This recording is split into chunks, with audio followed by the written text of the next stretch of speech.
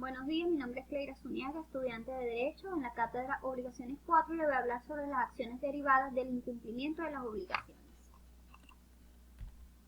El incumplimiento de la obligación es definido o entendido como la inejecución de la misma, que puede ser total o parcial, permanente o temporal debido a hechos imputables al deudor o a causas extrañas no imputables al deudor.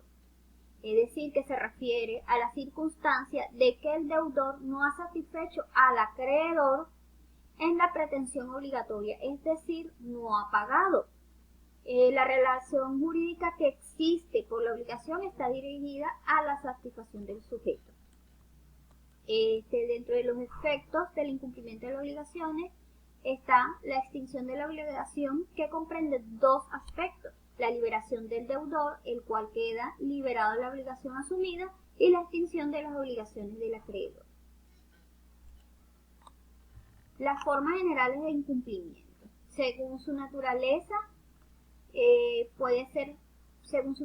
propia, pueden ser total o parcial, según su duración permanente o definitiva, temporal, y las causas que la originan pueden ser involuntario o voluntario.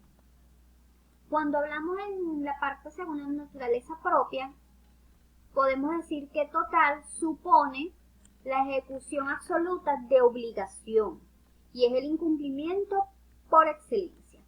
Cuando hablamos de parcial, es la ejecución en parte de la obligación. Produce efectos según la magnitud del mismo y corresponde al juez determinar la gravedad y calificar sus supuestos. Según la duración, permanente o definitivo, consiste en la inejecución definitiva de la obligación. Es permanente e inmutable. Cuando hablamos de temporal, es considerada como un retardo en la ejecución de la obligación. El deudor no ha cumplido, pero lo hará en fecha posterior. Según las causas que la originan, hablamos de involuntario y voluntario. El incumplimiento voluntario o culposo es la inejecución de la obligación motivada por un obstáculo o causa que es o se considera por el legislador imputable al deudor. El incumplimiento culposo viene dado por el dolo, es decir, por la intención, y por lo tanto la culpa es imputable al deudor.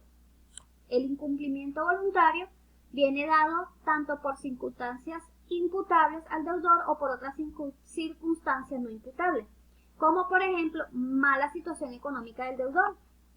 Dentro de los elementos del incumplimiento culposo existen estos dos tipos: elementos del incumplimiento culposo según la naturaleza objetiva y según la naturaleza subjetiva. Cuando hablamos del incumplimiento culposo por naturaleza objetiva, hablamos del incumplimiento de la obligación, que es lo mismo que inejecución total de la obligación.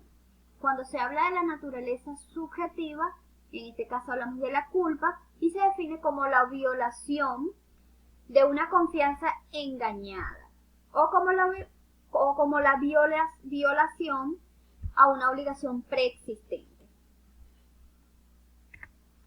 Ahora bien, el incumplimiento involuntario es la inejecución de las obligaciones por causas, hechos o circunstancias que son independientes de la voluntad del deudor y que por tanto no se le pueden imputar. A estas circunstancias, hechos o situaciones se le han denominado causa extraña no imputable. Existen dos tipos de este incumplimiento. Tenemos el incumplimiento subjetivo y el incumplimiento objetivo. Ahora bien, cuando hablamos del incumplimiento subjetivo, es el comportamiento que el deudor debe tener en el cumplimiento de las obligaciones. Esa conducta debe ser como la de un buen padre de familia. Para que el hecho genere un incumplimiento, no porque no se quiera cumplir, sino porque no se puede cumplir, debe haber un hecho que libere al deudor del cumplimiento de la obligación y de la indemnización por daños y perjuicios que produce ese incumplimiento. Cuando hablamos del incumplimiento objetivo, es la conducta que debe tener el deudor, que es simplemente cumplir la obligación tal y como fue contraída. La fundamentación legal sobre lo que es los efectos de la obligación, la extinción y el incumplimiento está dentro de nuestro Código Civil de Venezuela. En el capítulo 3 de los efectos de las obligaciones, del artículo 1264 hasta el 1281, que es la obligación del acreedor. Y de la extinción de las obligaciones tenemos el artículo 1283 hasta el 1267. Y el 1283 comienzan a hablar sobre el pago de la persona según el interés, pues según la obligación adquirida. Como referencia utilicé nuestro Código Civil, el señor Mauricio Rodríguez Ferrera, Maduro Luyando, y la información contenida en el núcleo temático. Esa ha sido toda mi exposición o mi presentación de la información investigada. Que Dios los bendiga y los cuide.